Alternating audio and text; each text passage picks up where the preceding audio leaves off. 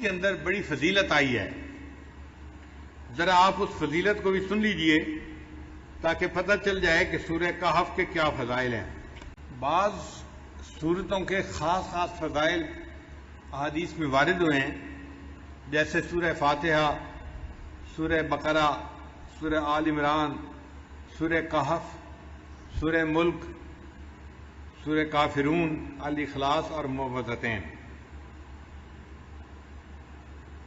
حضرت برار رضی اللہ عنہ روایت کرتے ہیں، ایک صحابی تھے جو اپنے گھر میں سورہ کہف کی تلاوت اونچی کر رہے تھے۔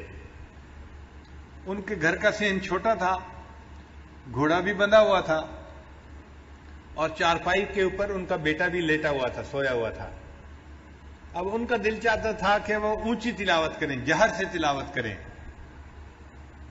جب وہ جہر سے تلاوت کرتے تو گھوڑا بدکتا تھا اور ان کو ڈر ہوتا یہ گھوڑا کہیں میرے بیٹے کو لات نہ مار دے، تو وہ آہستہ پڑھتے تو گھوڑا بھی پرسکون ہو جاتا۔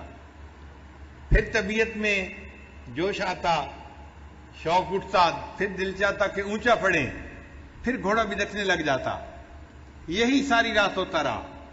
جب صبح کا وقت ہوا، انہوں نے دعا کے لیے ہاتھ اٹھائے تو انہوں نے دیکھا کہ کچھ بادل سے ہیں جن کے اندر روشنیاں ہیں، اور یہ روشنیاں ان کے سر سے دور آسمان کی طرف جا رہی ہیں۔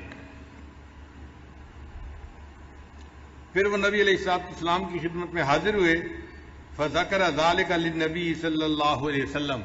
انہوں نے نبی علیہ السلام کے سامنے یہ پوری رات کا قصہ بتایا تو نبی علیہ السلام نے فرمایا کہ یہ اللہ تعالیٰ کے فرشتے تھے جو تمہارے قرآن کی تلاوت سننے کے لیے تمہارے قریب آ گئے تھے۔ اگر تم تلاوت کرتے رہتے تو مدینے کے لوگ اپنی آنکھوں سے اللہ کے فرشتوں کو دیکھ لیتے۔ تو سورہ کہف کی تلاوت سننے کے لیے اللہ کے فرشتے آسمانوں سے نیچے اتر پڑے۔ ابو درداء رضی اللہ عنہ روایت کرتے ہیں، من حافظ 10 آیات من اول سورۃ الکہف، کہ جس بندے نے سورہ کہف کی پہلی 10 آیات کو یاد کر لیا، اسم من فتنۃ الدجال، اللہ تعالیٰ اس کو دجال کے فتنے سے محفوظ فرما لیں گے۔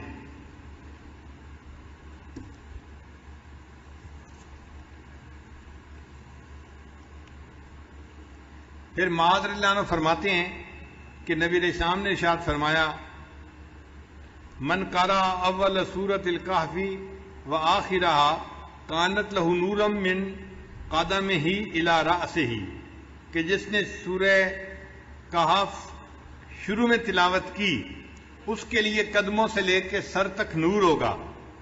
ومن قرأها کلها، اور جس نے پوری سورہ کہف کی تلاوت کی، کانت لہ نورا ما بین السماء الی الارض، تو اس کے لیے اللہ تعالیٰ زمین سے لے کے آسمان تک نور پیدا فرما دیں گے۔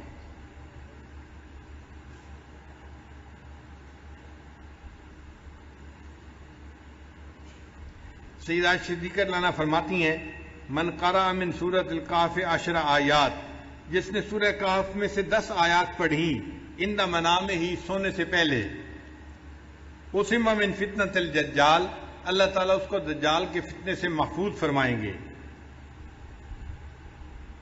ابن عباس رضی اللہ عنہ فرماتے ہیں کہ نبی علیہ السلام نے ارشاد فرمایا، سورۃ الکہف تدعی فی التوراۃ حائل، کہ سورہ کہف کا نام تورات کے اندر حائل تھا۔ حائلہ، حائلہ کیا مطلب؟ حائل ہونے والی، یعنی یہ بندے اور قبر کے عذاب کے درمیان حائل ہونے والی صورت ہے، بندے اور شیطان کے درمیان حائل ہونے والی صورت ہے۔ عبداللہ رضی اللہ عنہ فرماتے ہیں، قال رسول اللہ صلی اللہ علیہ وسلم، کہ نبی علیہ السلام نے ارشاد فرمایا، البیت الذی تقرأ فیہ سورۃ الکہف، وہ گھر جس کے اندر سورہ کہف کی تلاوت کی جاتی ہے، لا یدخلہ شیطان تلک اللیلہ، اس رات شیطان اس گھر کے اندر داخل نہیں ہو سکتا۔ یعنی جو بندہ رات کو سورہ کہف تلاوت کر لے گا، اس گھر کے اندر شیطان رات کو داخل نہیں ہو سکتا۔ آپ اندازہ لگائیے اس سورت کی کتنی عظمت ہے کہ جس گھر میں رات کو پڑھی جائے شیطان رات کو داخل نہیں ہو سکتا، تو بھئی اگر دن میں پڑھی جائے گی تو دن میں بھی داخل نہیں ہو سکے گا، اور جس گھر کے لوگ پڑھیں گے وہ فتنہ دجال سے محفوظ رہیں گے۔ اس سورت کو یاد کرنا اور اس کی کثرت سے تلاوت کرنا یہ بہت فائدے کی بات ہے۔ اسی لیے جمعہ کے دن اس سورت کا پڑھنا اور بھی زیادہ ثواب کا باعث ہے۔ نبی علیہ السلام نے ارشاد فرمایا کہ سورہ کہف کو جمعہ کے دن تلاوت کیا کرو، تو ہم سورہ کہف کی بھی تلاوت کریں جمعہ کے دن، اور اس کو یاد کر کے پڑھنے کی کوشش کریں تاکہ اللہ تعالی ہمیں شیطان سے بھی بچائے اور جو دجال ہے اللہ تعالیٰ اس کے فتنے سے بھی ہمیں محفوظ فرمائے۔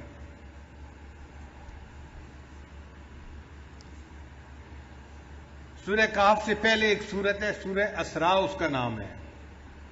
اللہ رب العزت نے اس کو سبحان کے لفظ سے شروع فرمایا ہے، سبحان الذی اسرا بعبدہ لیلا من المسجد الحرام الی المسجد الاقصی، تو سبحان کے لفظ سے وہ سورت شروع ہوئی ہے۔ اور یہ سورت اسراء یہ سورت کہف اس کے بعد آئی، اس کو اللہ نے الحمد کے لفظ سے شروع فرمایا ہے۔ چنانچہ سبحان اور الحمد کا ایک جوڑ ہے۔ بخاری شریف کی آخری روایت ہے، کلمتان حبیبتان الی الرحمن ثقیلتان فی المیزان خفیفتان علی اللسان سبحان اللہ و بحمدہ سبحان اللہ العظیم۔ تو دیکھیں پہلے تسبیح آئی اور پھر تحمید آئی، اور اللہ تعالیٰ نے یہاں بھی وہی ترتیب رکھی۔ قرآن مجید کی کچھ صورتیں ہیں جن کو اللہ نے الحمد سے شروع فرمایا، جیسے سورہ فاتحہ ہے، سورہ فاطر ہے، یا یہ سورہ کہف ہے۔ الحمد سے کیوں شروع فرمایا؟ اصل مقصد یہ تھا کہ یہ اللہ تعالیٰ کی تعریف ہی ہے کہ اللہ رب العزت نے کمال رحمت سے اور مہربانی سے اپنے بندوں کو اس کلام سے نوازا۔ یہ اللہ کی رحمت ہے اور اللہ کی مہربانی ہے۔ اور مفسرین نے لکھا ہے کہ اللہ تعالیٰ نے الحمد سے اس لیے سورت کو شروع فرمایا کہ اللہ جانتے تھے کہ بندے میرے حمد کا حق ادا کر ہی نہیں سکتے، اس لیے مجھے اپنی حمد خود بیان فرمانی ہے۔ اللہ نے اپنی حمد خود بیان فرمائی۔ امام ربانی حضرت مجدد ثانی رحمۃ اللہ نے لکھا ہے کہ اگر بندہ اللہ کی حمد بیان کرنے کے لیے ایڑی چوٹی کا زور لگا دے تو بھی وہ اللہ کی حمد کو بیان نہیں کر سکتا، چونکہ اللہ تعالیٰ اتنے عظیم ہے کہ انسان اس کی عظمت کے مطابق اس کی تعریف کر ہی نہیں سکتا۔ ہم اللہ کی کیا تعریف کریں گے؟ انبیاء کے سردار، انبیاء کے امام حضرت محمد مصطفیٰ احمد مجتبیٰ حضرت محمد مصطفیٰ صلی اللہ علیہ وسلم، انہوں نے فرما دیا اللہم لا احصی ثناء علیک، اے اللہ میں آپ کی تعریفوں کا احاطہ نہیں کر سکتا، انت کما اثنیت علی نفسک، آپ ایسے ہیں جیسے آپ نے اپنی تعریفیں خود بیان فرمائی ہیں۔ تو اللہ کی تعریف اللہ خود ہی بیان فرما سکتا ہے، مخلوق میں سے کوئی تعریف کر ہی نہیں سکتا، اللہ اتنے بڑے ہیں۔ اس کی مثال یوں سمجھیں، ایک عام آدمی، اس کو کوئی کہنے لگ جائے کہ جی آپ ذرا ایک سپر کمپیوٹر کی تعریف کریں، تو ایک عام آدمی یا ایک بچہ جو پرائمری اسکول کا پڑھنے والا ہے وہ سپر کمپیوٹر کی کیا تعریف کرے گا؟ وہ تو جانتا ہی اس کے بارے میں۔ اسی طرح ہم بندے ہیں، ہم اللہ کی عظمت کی حقیقت کو جانتے ہی نہیں، اس لیے ہم اس کی تعریف کر ہی نہیں سکتے۔ جتنی تعریفیں کریں گے یہ تعریفیں نیچے رہ جائیں گی۔ اللہ کی شان اس سے بھی بڑی ہے، اس سے بھی بڑی ہے، اس سے بھی بڑی ہے۔ اللہ تعالیٰ بہت بڑے ہیں۔ اس لیے نبی علیہ السلام نے ارشاد فرمایا کہ اے اللہ ما عبدنا کا حق کا عبادتک، ہم نے آپ کی عبادت ایسے نہیں کی جیسی عبادت کرنے کا حق تھا، ہم عبادت کا حق ادا کر ہی نہیں سکتے۔ امام ربانی مجدد ثانی رحمۃ اللہ فرماتے ہیں کہ کوئی بندہ کتنے خلوص سے عبادت کیوں نہ کرے، کتنی یکسوئی کے ساتھ، کتنی توجہ کے ساتھ، کتنی جو ہے وہ یکسوئی کے ساتھ عبادت کرے، وہ اللہ کی عبادت کا حق ادا کر ہی نہیں سکتا۔ اس کی عبادت نیچے رہ جاتی ہے، اللہ کی شان اس سے بھی اونچی ہے، اس سے بھی اونچی ہے، اس سے بھی اونچی ہے۔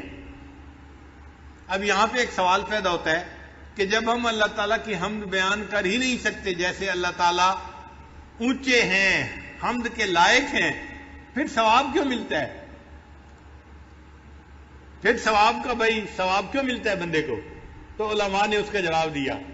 علماء جواب دیتے ہیں کہ اگر باپ اپنے بیٹے کو اسکول داخل کروائے نا، اور شام کو بچہ گھر واپس آئے اور آ کے کہ ابو میں نے لکھنا سیکھا ہے. باپ کہتے ہیں بیٹا دکھاؤ تختی، تو بیٹا تختی دکھاتا ہے، اس نے ٹیڑھی سیڑھی لائنیں لگائی ہوتی ہیں، کچھ سمجھ میں نہیں آ رہا ہوتا، لیکن باپ اس کو انکریج کرنے کے لیے، اس کا دل رکھنے کے لیے اس کو آئس کریم انعام لے کے دے دیتا ہے. یہ جو آئس کریم کا انعام ہے یہ خوش خطی کا انعام نہیں ہے، یہ اس کا دل رکھنے کے لیے، اس پر شفقت کا اظہار ہے. اسی طرح اللہ جو ہماری عبادتیں قبول کرتے ہیں وہ ہماری عبادتوں کی کوئی اچھائی نہیں ہوتی، بلکہ اللہ ان اللہ بالناس لرؤوف الرحیم، اپنے بندوں پر رؤوف اور رحیم ہے. اس کی رافت اور رحمت کا یہ تقاضا ہے، اللہ اپنے بندوں کی ٹوٹی پھوٹی عبادت پر بھی ان کو اجر عطا فرما دیتا ہے. اس لیے اللہ تعالیٰ نے اس سورت کو الحمد کے لفظ سے شروع فرمایا.